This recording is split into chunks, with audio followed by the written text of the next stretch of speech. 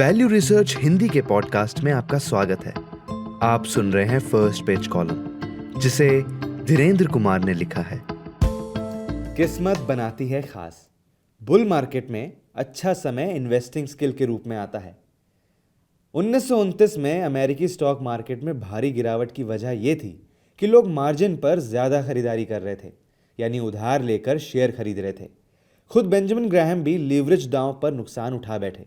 उन्होंने बड़ी मुश्किल से सीखा था कि सिर्फ किस्मत से अमीर बनना निवेश कौशल नहीं होता। इस हफ्ते ग्राहम के सबसे मशहूर छात्र ने कुछ ऐसा लिखा है जो इस सीख को एक नई दिशा में आगे बढ़ाता है।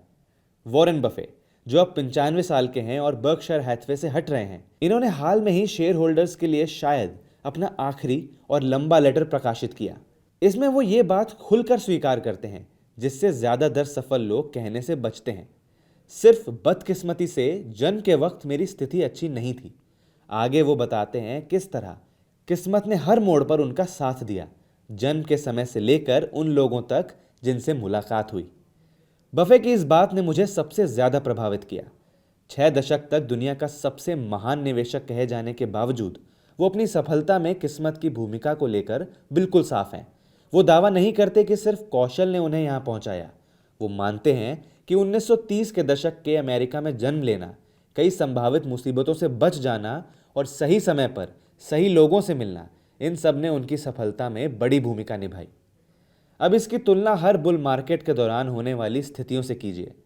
अचानक 2 साल पहले शेयर खरीदने वाले लोग खुद को वेल्थ बनाने में किसी खास समझ वाले निवेशक की तरह महसूस करने लगते हैं। इसमें कॉमन बात क्या है? उन्होंने अच्छे समय को निवेश कौशल समझ लिया। उन्हें याद नहीं रहता या कभी पता ही नहीं था कि बढ़ता बाजार सभी नावों को ऊपर उठाता है, चाहे नाव कितनी भी कमजोर क्यों ना हो। किस्मत और कौशल का ये भ्रम असली नुकसान करता है। जब बाजार पलटता है, जैसा कि वो हमेशा करता है, तो ऐसे निवेशक चकित रह जाते हैं। वे समझते थे कि वे बहुत कुशल हैं, पर असल में वे सिर्फ किस्मत वाले थे। ग्राहम ने यह सीख 1929 में कठिन तरीके से सीखी। अपनी बेहतर समझ के बावजूद गिरावट ने उन्हें लगभग तोड़ दिया, क्योंकि वो उधार लिए पैसे और उधार की उम्मीद पर चल रहे थे। बफे ने ग्राहम की गलतियों से सीखा, लेकिन उन्होंने एक और अहम बात भी सीखी, सफलता में किस्मत की भूमिका को पहचानने की क्षमता।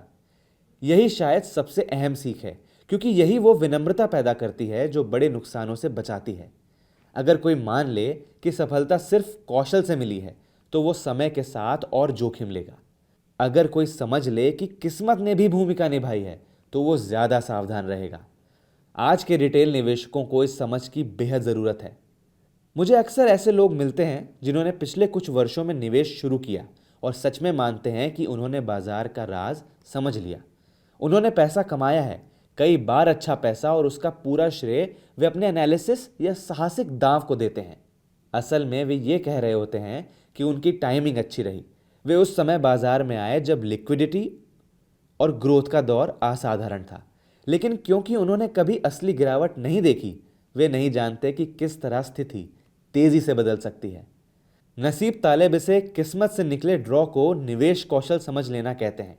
यह जाल अनुभवी निवेशकों को भी फंसा देता है, पर कम अनुभव वाले निवेशकों के लिए यह और खतरनाक है। उन्होंने अभी तक संकेत और शोर में या टिकाऊ बढ़त और आकस्मिक सफलता में फर्क करना सीखा ही नहीं होता। लगभग 7 दशक की सफलता के बाद भी बफे इस फर्क को बार बार जोर देकर बताते हैं। वे अप्रत्याशित घटनाओं, यानी केले के छिलकों, प्राकृतिक आपदाओं, नशे में या लापरवाही से गाड़ी चलाना जैसी चीज़ों से बच जाने का जिक्र करते हैं और कहते हैं कि किस्मत चंचल है। वो याद दिलाते हैं कि सबसे कुशल निवेशक को भी किस्मत की ज़रूरत पड़ती है। इसका व्यवहारिक सबक ये नहीं कि कौशल को नज़रअंदाज कर दिया जाए।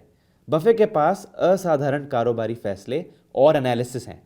असल में ये समझने के लिए इतनी विनम्रता होनी चाहिए कि नतीजे कौशल और किस्मत दोनों पर निर्भर करते हैं और हमेशा नहीं पता होता कि किसका प्रभाव ज़्यादा होगा। रिटेल निवेशकों के लिए इसका मतलब ऐसी स्ट्रैटेजी बनाना है जो अच्छे और बुरे दोनों समय में टिक पाए। इसका मतलब ये समझना है कि कुछ साल का अच्छा रिटर्न किसी को अजेय नहीं बना देता। इसका मतलब ये समझना है कि बाजार साइक्लिकल है और हाल की सफलता आपकी समझदारी से ज़्यादा टाइमिंग की देन हो सकती है।